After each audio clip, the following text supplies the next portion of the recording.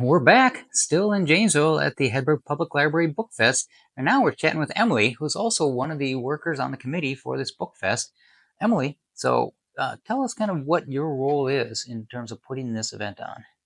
Um, so just all four. Phil's the only one that really is sort of the head, and the rest of us just sort of help him decide who's gonna. We get to help pick who's gonna I think be in it. Jamie described you guys as minions. Kind of, Yeah, yes, okay. probably, All yes. right. At Phil's mercy.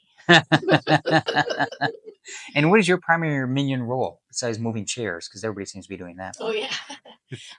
We all of the authors send in. I don't want an application basically, Right. and it's our job to read through and decide who we think our people might want to see this year, or as opposed to who we had last year.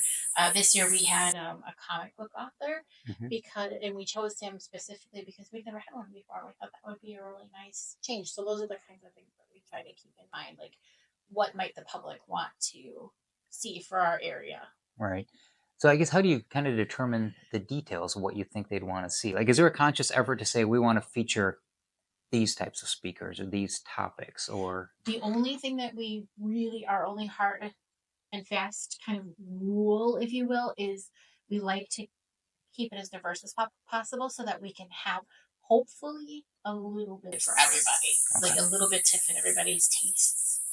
Well, and you do surveys. Somebody mentioned that. Yes. When they go out to the people that signed up for. Yes, and to the authors themselves. Okay. And we pour over those. I mean, I can't stress that enough. Like we pour over those, and we take every single comment into consideration, and that's how we've been able to sort of grow and tailor each year. Yeah, I understand the survey is kind of what led you guys to doing a master class this year as opposed to just a keynote speaker. So, nice following up on that feedback. Book club event last night. Yeah. Is that new this year? That was new this year. Was that a survey question? Somebody said something about breaking it up a little bit? Or? No, we're always trying to sort of figure out if there's more that we can add. And it can be frustrating because we are limited to certain hours in our budget and everything. But we have tried to do an after hours event a couple of years ago, and it just didn't work real well, but we liked the idea. So then we were like, well, what if we sort of treated it as obviously free, but like you have to register, you have to be interested, and then you can come and hang out. And we haven't gotten the survey results, but it turned out really well last night. It's been a good crowd. Yeah. It's been, I don't know how many people signed up total. Yeah, you'd have to ask Phil. Yeah. I'm not sure. There was like 12 or so in my session, and then ours was, I don't know, 17, 18. Yeah. It seems to be pretty well attended. Any big hurdles that came up planning one this year? Actually, I will say that this year has, knock on wood, gone the smoothest that we've had so far. But our biggest hurdle is always money. It's always like, who do we get to cater? Can we provide, refreshments? Like, it's just, it always comes down to budget, unfortunately. Yeah. Well, it's true with most of these conferences, with everything in the world, right? Well, especially this one, since it's free to the participants. That's just amazing to me. And then even a master class. Yeah. Have you thought about charging people maybe even just $10? No, because part of the whole, library building community thing is to try to offer things as free of cost as possible.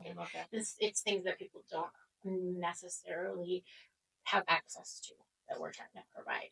And that's one of the reasons why we're so lucky to have such a wonderful friends board. So we can't stress that enough. We have such a wonderful friends.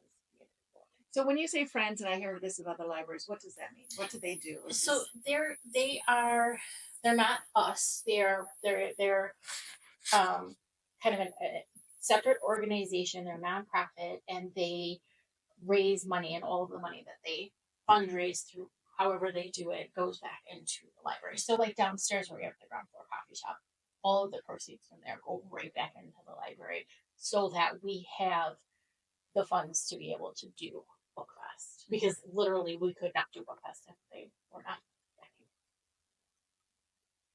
backing. So it's year 4, and obviously you can count this as a successful event Thank you. going into year 4 and So, growing it. Are you seeing like a commensurate increase in both either attendance or budget? Are you seeing things that are saying, okay, this is growing and getting bigger? It is. That is, yeah, it is. I think it's part of it is because we've learned to tailor it a little bit more specifically, so people know exactly kind of what they're getting into. So we tend to draw more people that way.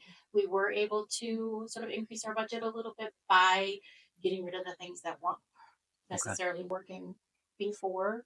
And it's just, we try to get recommendations. Like, we don't just say, hey, let's try to get that author. We try to poll, who all has been here. Like, who do you think you would like to see? That. So, okay, very good. yes. Yeah. So not to put you on the spot, but Too late. Shoot, what was I going to ask? Oh, I know. We have to get through today. It's true. It's true. Well, they were saying they were just going to work on it like on Monday or Tuesday. Yeah. One day off. And then, That's what I was going to ask. Is yeah. when do you think you're going to start working on it again? Immediately, because we while it's still fresh in our minds, we need to all get together and meet and decide, sort of tear apart today and decide what went right. Right. So. Now we know the team's all in sync. They've given the same answers. So They way have. to go. They've been talking. Good thing there's only 4 of us. Right.